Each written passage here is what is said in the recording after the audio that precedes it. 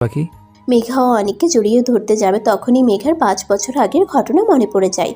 মেঘা জোরে ধাক্কা মেরে নিজেকে অনেক থেকে সরিয়ে নেয়। হঠাৎ এমন কাণ্ডে অনেক কিছুটা পিছিয়ে যায়। তার কাছে অবাক লাগেনি, কেননা এটাই স্বাভাবিক। সে তার ছোট্ট কলিজাকে কষ্ট দিয়েছিল, তার ছোট্ট হৃদয়কে ক্ষত বিক্ষত করেছিল। অনেক একটা শুকনো হাসি দিয়ে বলে, আমি জানি আমি তোর অপরাধী, কিন্তু আমার কথাটা শোন। ব্যাস মিস্টার চৌধুরী, অনেক আপনার কথা শুনেছি আমি। ওকে, আমাকে এখানে আনার মানে কি? এখন কি আপনার বেড পার্টনার করার জন্য শেষে আমার মতো পতিতার চেয়েও খারাপ মেয়ের কাছে আসতে হলো মিস্টার চৌধুরী? অনেক হতভম্ব। মেঘা এসব কথা বলতে পারলো? অনেক মেঘা বলে মেঘাকে চড় দিতে গিয়েও থেমে গেল। মেঘা চোখ বন্ধ করে ফেলে। অনেকের মনে পড়ে যায়, অনেকই তো মেঘার ছোট্ট মনে এসব কথা ঢুকিয়েছিল। হ্যাঁ, সব দোষ তার। মেঘাকে সে দোষ দিতে পারে না। মেঘা কিছু অনুভব করতে না পেরে আস্তে আস্তে চোখ খুলে তাকায়। দেখে অনেক নিজের আগের জায়গায়। অনেক মেঘার দু গালে হাত রেখে বলে, চল। हमें हर घड़ी आरज़ू है तुम्हारी, होती है कैसी सनम बेकरारी, तुम्हें यूं ही चाहेंगे, तुम्हें यूं ही चाहेंगे, जब तक है दम, बहुत प्यार करते हैं तुमको सनम, बहुत प्यार करते हैं तुमको सनम।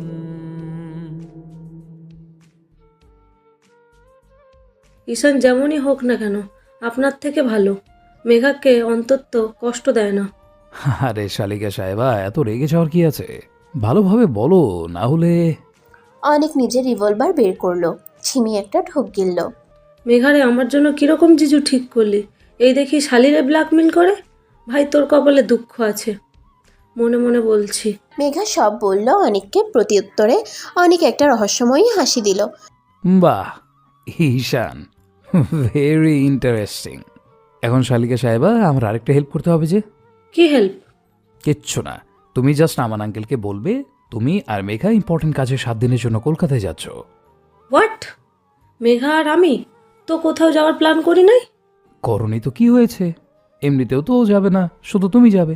মানে ধরতে পারো এইটা আমার পক্ষ থেকে তোমার আর তোমার বিএফের জন্য কলকাতা ট্রিপ, আমার পক্ষ থেকে। কিন্তু মেঘা কোথায়? তোমার এত জেনে কাজ নেই, তুমি জাস্ট বলে দেবে আর নিজের বিএফকে নিয়ে কলকাতা ঘুরবে। কিন্তু কিন্তু কিছুই না, আমার কথা নড়চড় হলে আমি কিন্তু।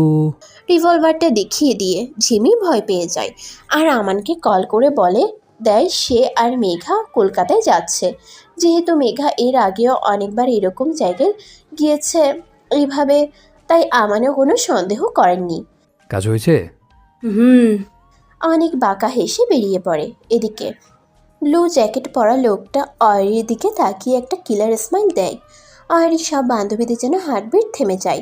এত কিউট পোলাও হয়। ছেলেটি তাদের কাছে যায়। Hey guys, WhatsApp? এতক্ষণ তো ভালোই ছিল, এখন আরো ভালো লাগছে। মিস্টার কাব্য আহমেদ, আপনি এখানে কেন? কাব্য অয়রির কানে ফিসফিস করে বলে, বারে 10টা নয়, 5টা নয়, একটা মাত্র বউ আমার। তোমাকে না দেখে কি আমি থাকতে পারি? দেখুন, এইখানে আমার ফ্রেন্ডসরা আছে। আপনার প্রেম এখানে দেখালে খবর আছে একটা খারুস। ইস, ভালো লাগে না।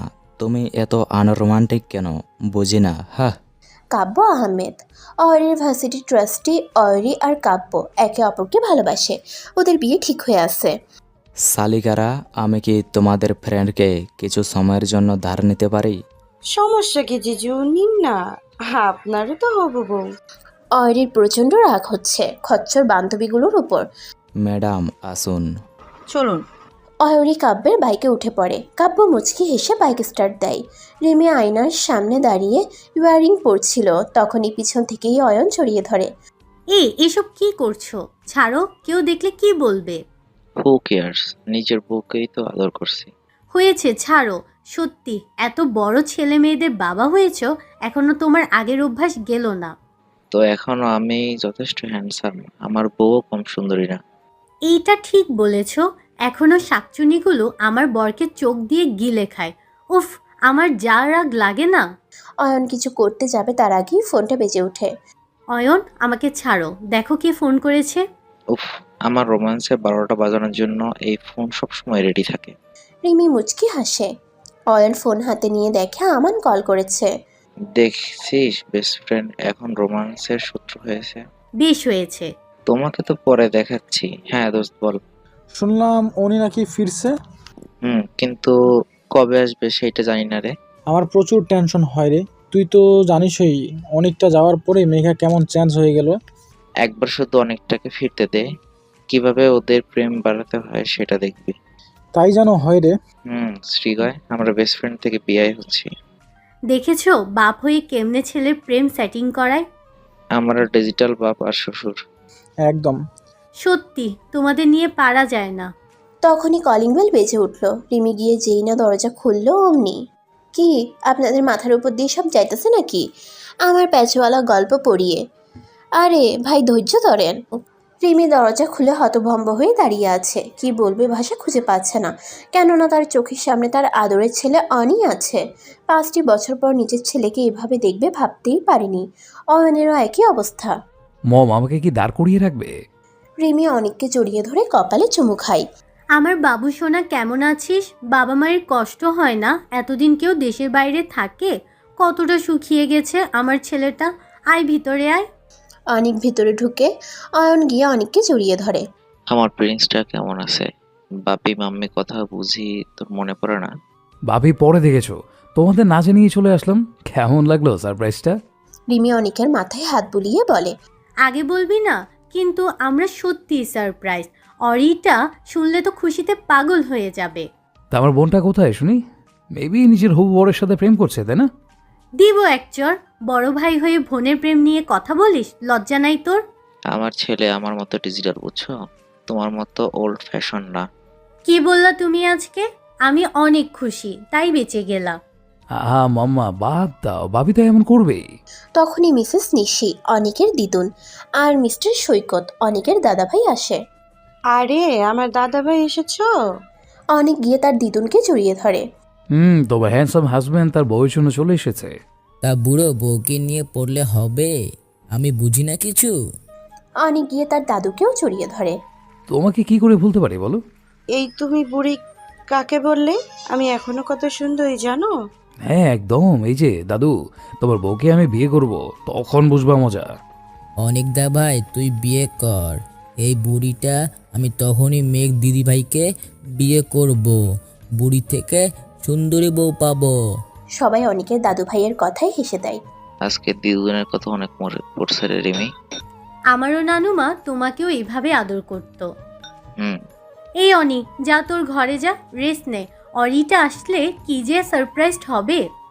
মা, তুমি কিন্তু আবার ওকে বলে দিও না। খানভারি রিক, রিমির চাচাতো ভাই, নিউজ পেপার পড়ছিল, তখনই কেউ তা কেড়ে নেয়। রিক চোখ তুলে তাকিয়ে দেখে প্রাপ্তি রিকের বউ। কি হচ্ছে কি? আমি খবর পড়ছি তো। তো পড়ো না, আগে আমার টাকা দাও। কিসের টাকা? কিসের টাকা মানে? আমার আজকে এক্সট্রা পার্টি আছে, তাই টাকা লাগবে। প্রতিদিন কিসের এত পার্টি? দেখো এত কৈফিয়ত দিতে পারবো না, ওকে? সারাদিন তো বাড়ির কোনো কাজই করো না, খালি ঘুরে বেড়াও। মা বয়স্ক মানুষ, উনি সব সামলায়। কে বলেছে উনি সব সামলায়? সার্ভেন্ট আছে তো। কত টাকা লাগবে? 50,000। হোয়াট? এত? এমনভাবে বলছো কত নাকি? এত বড় বিজনেস সামলাও, সামান্য এইটুকু দেওয়ার মুরত নেই? বাবা মারা যাওয়ার পরে আমি সব সামলাচ্ছি। কাকাই বিদেশেরটা সামলায়। আমি বুঝি কত পরিশ্রম করে টাকা ইনকাম করতে হয়। তোমার চাচাতো বোন রিমি আপু বা মৌ আপু, তারা তো নিজের সংসার নিয়ে ব্যস্ত। তোমার বোন মিনিও নিজের সংসার নিয়ে ব্যস্ত। তুমি একা এত বড় বিজনেস সামলাও, এইটুকু টাকা দেওয়ার ক্ষমতা তো আছেই না? তাছাড়া অন্যের সম্পত্তি ভোগ করছো তোমরা সবাই। শেষের কথাটা প্রাপ্তি আসতে বলল। এই যে টাকা। ওকে বাই বেবি, এটা বলে প্রাপ্তি চলে যায়। তখনই রিকের মা রিকের কাঁধে হাত রাখে। মেয়েটাকে এত ভালোবাসিস? নিজের ফিটনেসের জন্য কোনো সন্তান নেয়নি, সেজন্য তোর কোনো অভিযোগ নেই। অন্যদিকে রিমি মৌমিনীর ছেলে মেয়ে নিয়ে ভরা সংসার, তাও তোর সাথে এমন ব্যবহার করে? কি করব মা, ভালোবাসি তো। প্রাপ্তি জাহান মা বাবা কেউ নেই। ভার্সিটিতে রিক আর ওর মধ্যে রিলেশন হয়, তারপর বিয়ের পর থেকে পুরাই চেঞ্জ। মেঘা রাগে ফুঁসছে, সব কিছু ভেঙে ফেলছে। সার্ভেন্টরাও ভয়ে মেঘার ধারে কাছে যাচ্ছেন না। এদিক দিয়ে অনেক সিসিটিভি দিয়ে ল্যাপটপে সব দেখছে আর বাঁকা হাসছে। বেচারা ওখানে থাকলে ওকেও মেঘা ভেঙে দিত।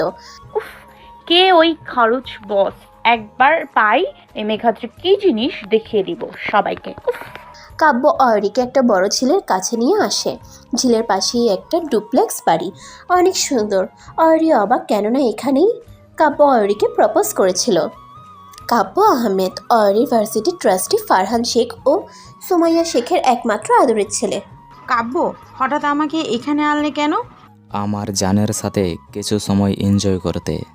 অয়রি মুচকি হাসে। কাব্য হাঁটু গেড়ে বসে। অয়রি অবাক, কাব্যের হাতে পেয়ারার ছুরি। হে আমার পেয়ারা রানী, আমার মনের রানী, হবে কি একটু দেবে কি তোমার পেয়ারা চুরি করার সুযোগ?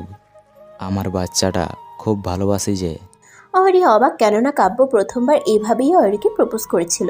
হুম, দিব, সেই অধিকার ভালোবাসি কাব্য। কাব্য অয়রির হাতে চুমু খেয়ে বলে। আমিও আমার বাবুই পাখি। অয়রি আর কাব্য লেকের পাড়ে বসে আছে। অয়রি পেয়ারা খাচ্ছে আর বকবক করছে। কাব্য তার পেয়ারা রানীর দিকে এক দৃষ্টিতে তাকিয়ে আছে। অয়রির বাচ্চা বাচ্চা স্বভাব সবার থেকে আলাদা, তাই হয়তো এত মেয়েকে রিজেক্ট করে অয়রিকেই ভালোবাসে। অয়রি আর কাব্য আর অয়রি সেখানে প্রায় 3 ঘন্টা সময় অতিবাহিত করে আবার ভার্সিটি ব্যাক করে। অয়রির একটা ইম্পর্ট্যান্ট ক্লাস আছে, তাই ভার্সিটির সামনে কাব্যের বাইক থামে। সাবধানে থেকেও বাবুই, love you. Love you too. Kabya মুচকি হেসে বাইক নিয়ে চলে যায়। সে গাড়ি নিয়ে আসতে পারতো, কিন্তু অয়রির বাইকে ঘুরতে বেশি ভালো লাগে। অয়রি ভার্সিটিতে ঢুকতেই ঈশা সামনে আসে। ঈশা ভার্সিটির প্রিন্সিপালের ভাগ্নি, প্রচুর ঠঙ্গি। বাবা মা কেউ বেঁচে নেই, প্রচুর ভাব দেখায়। অয়রিকে কিছু করতে পারে না অয়ন চৌধুরীর মেয়ে, তাই কাব্যকে পছন্দ করে। ভালোই তো আমার কাব্যের সাথে ঘুরছো। হে ইউ, কাব্য কখনই তোমার ছিল না। ও তোমাকে পাত্তাই দেয় না, ও আমাকে ভালোবাসে। তাই এইসব আমার কাব্য করা বন্ধ করো আর সরো আমার সামনে থেকে। এই বলে অয়রি ঈশাকে সাইড করে চলে যায়। এদিকে ঈশা রেগে বোম। তোমার থেকে যদি কাব্যকে কেড়ে নিতে না পারি, আমার নামও ঈশা না। ঈশা ফোনটা রিসিভ করে। হ্যালো, বলো। আমি আসছি, ভাইকেও আসতে বলো। আর হ্যাঁ, আমার কিন্তু শপিং এর জন্য টাকা চাই। তুমি টাকা নিয়েছো তো? অনেক অনেক ধন্যবাদ, তুমি আমার সেরা pea. Love you my sweet pea. আচ্ছা বাবা, আসছি। তখনই একটা গাড়ি আসে। ঈশা গাড়িতে উঠে পড়ে। অনেক অবাক, কেননা তার মাম্মি আর দিদুন তার জন্য প্রায় 20 রকমের আইটেম করেছে। মা এইসব কি? এত কিছু আমি কি করে খাবো? কি করে খাবি মানে? আমার বাবু সোনা বাচ্চাটা প্রায় 5 বছর পর ফিরেছে। ওই বিদেশে কি না কি খেয়েছিস কে জানে, সব খেতে হবে কিন্তু। একদম ঠিক বলছে তোর মা। আহারে, আমার দাদা ভাই কতটা শুকিয়ে গেছে। তখনই অনিকের বাবা বলে ওঠে। দেখ অনি, তুই কত লাকি, কত আদর পাচ্ছিস। খেয়ে নে বাবা। এদিকে আমরা যে আছি তা কারোর নজরেই পড়ে না। একদম। বাবা, আর ইউ জেলাস? এটা কি সত্যি? আহারে, আমার একটা মাত্র আদরের ছেলে এতদিন দেশের বাইরে ছিল, আর তুমি? বারে, আমার বউটা আমার দিকে একটু নজর দেয় না। অয়নের কথা শুনে সবাই মুখ টিপে হাসছে। সি অয়ন, একটু লজ্জা কর, তোর ছেলে বাবা মা সামনে আছে। এতে পাপার কি দোষ বলো তো? দিদুন পাপা নিজের বউয়ের কথাই তো বলেছে। এই যে আমার ছেলেই একমাত্র বুঝে। এই, তুমি চুপ করবে? কোথাও একটু কন্ট্রোল নেই। আর এই যে তাড়াতাড়ি খাওয়া শুরু করতো। বাট আমার বোনটি কোথায়? তাকে তো পাওয়াই যায় না। তোমার মেয়ে একটু বেশি প্রেম পাগল। চুপ করবি? ও হয়তো ক্লাস করছে, এসে যাবে, তুই শুরু কর। অনেক খেয়াল করে প্রায় সব পদ আছে, কিন্তু তার ফেভারিট ফুচকা নেই। মাম্মি, আমার ফুচকা কই জানো? বিদেশে হইলে তো পাওয়াই যায় না। আর তুমি আমার ফেভারিটটাই করনি। এই রে, আমি তো ভুলেই গিয়েছিলাম। তোমরা কেউ আমাকে ভালোই বাসো না। আপনারা হয়তো জানেন রিমির ফুচকা খাওয়ার ঘটনা। সেই অভ্যাসই অনেক পাইছে। তখনই অনেকের সামনে কেউ ফুচকার প্লেট রাখে। অনেক তাকিয়ে দেখে অয়রি। বনু, তুই? কেন রে দা ভাই, সারপ্রাইজ শুধু তুই দিতে পারিস? অনেক গিয়ে অয়রিকে জড়িয়ে ধরে। অনেক অয়রির দুজনের চোখে জল চলে আসে। অনেকদিন পর দুই ভাই বোন এক হয়েছে।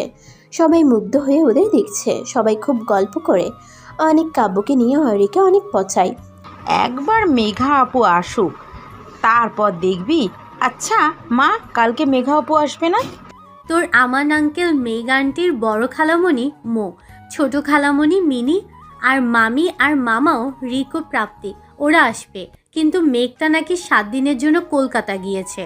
অনেকটা ফিরল আর ওকে যেতেই হলো। সে কি মা, মেঘা কলকাতা কেন গিয়েছে? আরে তুই তো জানিস না, মেঘটা কেমন যেন হয়ে গিয়েছে। আহা, এসব বাদ দাও এখন। অনেক গিয়ে একটু রেস্ট নেয়।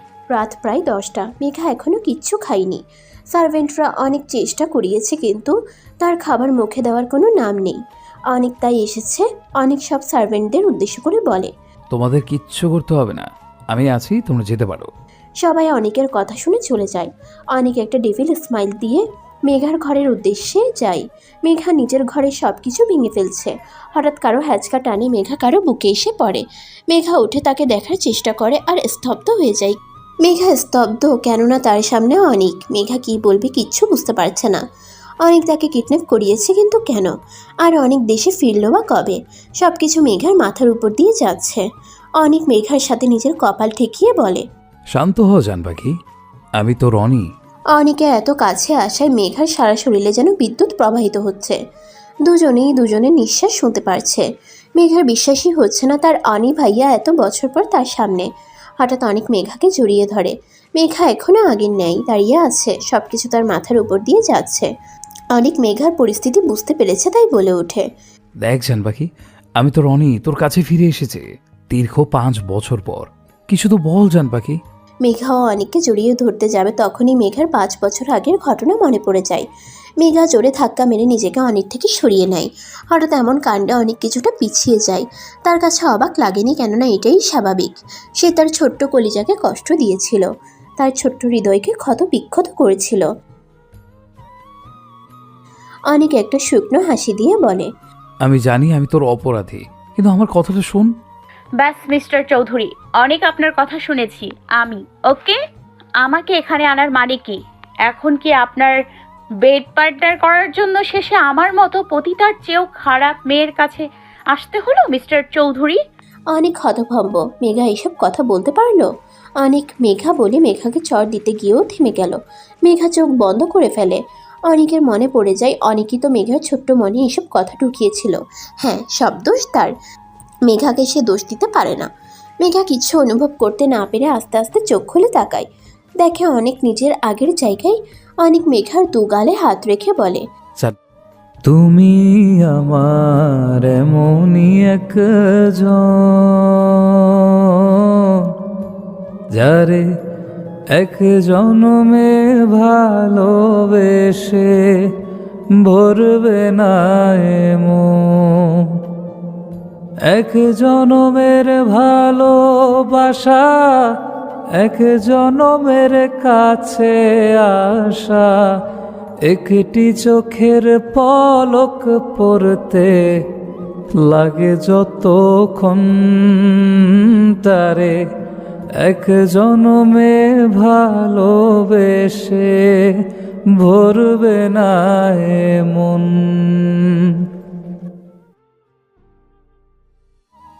জান পাখি, তুই আমার কথাটা বোঝার চেষ্টা কর। সেদিন মেঘা অনেকের হাত ছাড়া দিয়ে ফেলে দেয়। ডোন্ট টাচ মি চৌধুরী, আমাকে যেতে দিন, ভালোই ভালোই বলছি। মেঘা অনেককে ক্রস করে যেতে চাইলে হাতে টান অনুভব করে। মেঘা দেখে অনেক ওর হাত ধরেছে। আমি না চাইলে তুই কোথাও যেতে পারবি না। হোয়াট? ইয়েস বেবি, অন্তত 7 দিনের আগে তো নাই। আমি যাবই। চেষ্টা করে লাভ নেই জান। আপনি আমাকে এখানে আটকে রেখেছেন। এই 7 দিনে তোর অভিমান ভেঙে দেব তাই। অনেক চৌধুরী কাউকে কৈফিয়ত দিতে পছন্দ করে না। এখন চুপচাপ খেয়ে নে। আপনি নিজেকে কি মনে করেন সব নিজের ইচ্ছা অনুযায়ী করবেন? তাহলে আপনি ভুল। আমি কিচ্ছু খাবো না। তাহলে আমার পদ্ধতি করতে হবে। অনেক মেঘাকে কোলে তুলে নেয়। মেঘা হাত পা ছোড়াছুড়ি করছে। অনেক মেঘাকে বেটে বসিয়ে জোর করে মুখে খাবার দিয়ে দেয়। মেঘা ফেলে দিতে গেলে অনেক নিজের ঠোঁট দিয়ে মেঘার ঠোঁট চেপে ধরে। মেঘার চোখ বড় বড় হয়ে যায়। অন্যদিকে ঈশান খবর পেয়ে গেছে মেঘা কলকাতায় নেই। সে মেঘাকে খোঁজার চেষ্টা করছে, কিন্তু ব্যর্থ। সে কাউকে কল করে। হ্যালো কিউটি, আমি খুঁজেছি কিন্তু কোথাও পাইনি। হ্যাঁ, ও কলকাতায় নেই, ওর বান্ধবী মিথ্যে বলেছে। ওই ঝিমি নিজের বিএফের সাথে। কি বলছো, অনেক দেশে ফিরেছে? ঠিক বলছো কিউটি, ওই অনেকই মেঘাকে কোথাও রেখেছে। প্লিজ তুমি রাগ করো না, আমি ঠিক মেঘাকে খুঁজে বের করব। ওকে কিউটি। এদিকে অয়রি কাব্যকে ফোনে বারবার ট্রাই করছে কিন্তু পাচ্ছে না। অয়রির টেনশন প্লাস অনেক ভয়ও হচ্ছে কাব্যর কিছু হয়নি তো। কাব্যের ফোন অফ। অয়রি কাব্যের উপর প্রচণ্ড রাগ হচ্ছে। সামনে পেলে ওকে কী করবে নিজেও জানে না। সাদা বন্দর, জিরাফ, কালা থুকু, সাদা বিলাই, তোর ওই বিদেশি গো মতো চুল যদি না ছিঁড়ছি, আমার নামও অয়রিকা চৌধুরী না। বিদেশি বান্দর তোরে খালি একবার পাই, সব সময় আমাকে টেনশন দেয়। অয়রি পারে তো এখন বেচারি কেঁদেই দেয়। তখনই বারান্দা থেকে একটি গানের সুর আসে। নিমিষে অয়রির কান্না অফ হয়ে যায়। সে ছুটে যায় বারান্দায়। তখনই অয়রি বারান্দায় ছুটে যায়। তার ঠোঁটে অজান্তেই হাসি ফুটে ওঠে। তার বিরাট বড় বারান্দার কর্নারে একটা বড় দোলনা আছে। সেখানে কাব্য বসে আছে হাতে গিটার নিয়ে। গিটার নিয়ে সুর তুলতে ব্যস্ত অয়রি। একটুও অবাক হয় না, কেননা অয়রি রেগে থাকলে কাব্য এভাবেই লুকিয়ে বারান্দায় চলে আসে এবং তার গিটারে সুর তুলে। ব্যাস, অয়রি আর রেগে থাকতে পারে না। কাব্য অয়রির দিকে তাকিয়ে মুচকি হাসি দিয়ে নিজের পাশে বসতে বলে। অয়রি মুচকি হাসি দিয়ে কাব্যের পাশে বসে। কাব্য অয়রির দিকে তাকিয়ে গান শুরু করে। ঠিক এমন এইভাবে তুই থেকে যা স্বভাবে, আমি বুঝেছি ক্ষতি নেই, আর তুই ছাড়া গতি নেই। ছুঁয়ে দে আঙুল, পড়ে যাবে ফুল, ভিজে যাবে গা। কথা দেওয়া থাক, গেলে যাবি চোখের বাইরে না। অয়রি কাব্যের কাঁধে মাথা রেখে গানটা উপভোগ করছে। বাতাসে অয়রির অবাধ্য চুলগুলো উড়ে এসে কপালে পড়ছে। কাব্য সযত্নে কপাল থেকে চুলগুলো সরিয়ে কানে গুঁজে দেয়। কাব্য গিটারটা রেখে এক ধ্যানে তার মায়াবতীকে দেখতে ব্যস্ত। আর অয়রি, সে তো লজ্জায় যায়। অনেকক্ষণ নীরবতা পালন করে অয়রি বলে ওঠে, আমাকে একটুও রাগ করে থাকতে দিবে না, তাই না? কাব্য মুচকি হেসে বলে, ওহ আমার পেয়ারা রানী, আমার উপর রাগ করে থাকবে? এটা কি করে হতে দেই বলুন তো ম্যাডাম? আচ্ছা, তোমাকে এতবার ফোন করছিলাম, ধরছিলে না কেন? জানো আমার কত টেনশন হচ্ছিল। আরে আমার বাবুই পাখি, আমার কথাটা বোঝার চেষ্টা করো।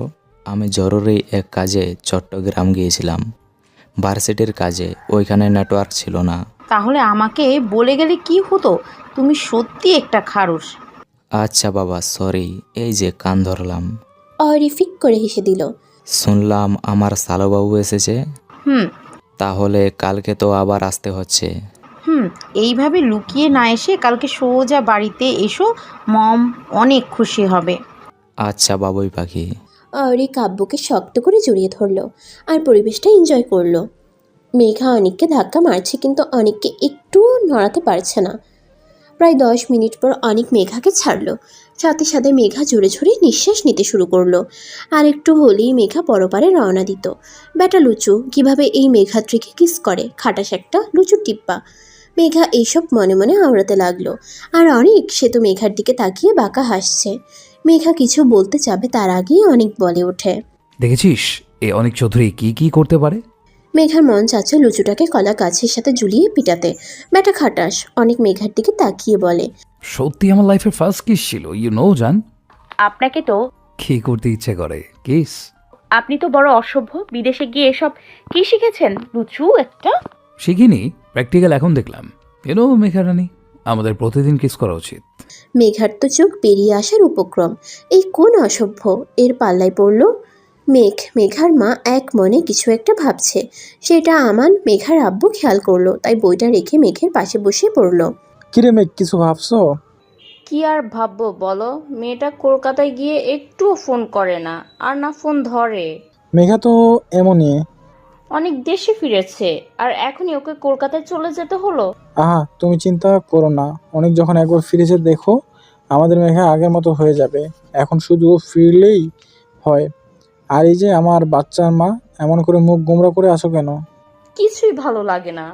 আমান মুচকি হেসে মেঘের গাল দুটো টেনে বলে, ওগো আমার সুনন্দনা, তুমি যে রূপের ঝর্ণা, তোমার এই রূপের মুখে মানায় না কো গম্ভীরতা। ওগো আমার সুরঞ্জনা, তুমি যে আমার মনের বাসনা। মেঘ মুচকি হেসে আমানের বুকে মাথা রাখে। এত বছরেও আমানের ভালোবাসা তার প্রতি একটুও কমেনি। হয়তো সে আমানের প্রথম ভালোবাসা না হলেও শেষ ভালোবাসা। মেঘ নিজেকে ভাগ্যবতী মনে করে এমন একজনকে নিজের জীবনসঙ্গী রূপে পেয়েছে। আমানের বুকে মেঘের সব থেকে নিরাপদ জায়গা। মেঘের মনে হয় অচেনা একজন গভীরভাবে রকিং চেয়ারে বসে কিছু একটা ভাবছে। তার মাথায় একটা চিন্তা ঘুরপাক খাচ্ছে। আমান, মেঘ, রিমি, অয়ন আর ওদের সন্তানদের ক্ষতি করতে পারলেই সে শান্ত হবে, সব কিছু শেষ করে দিবে।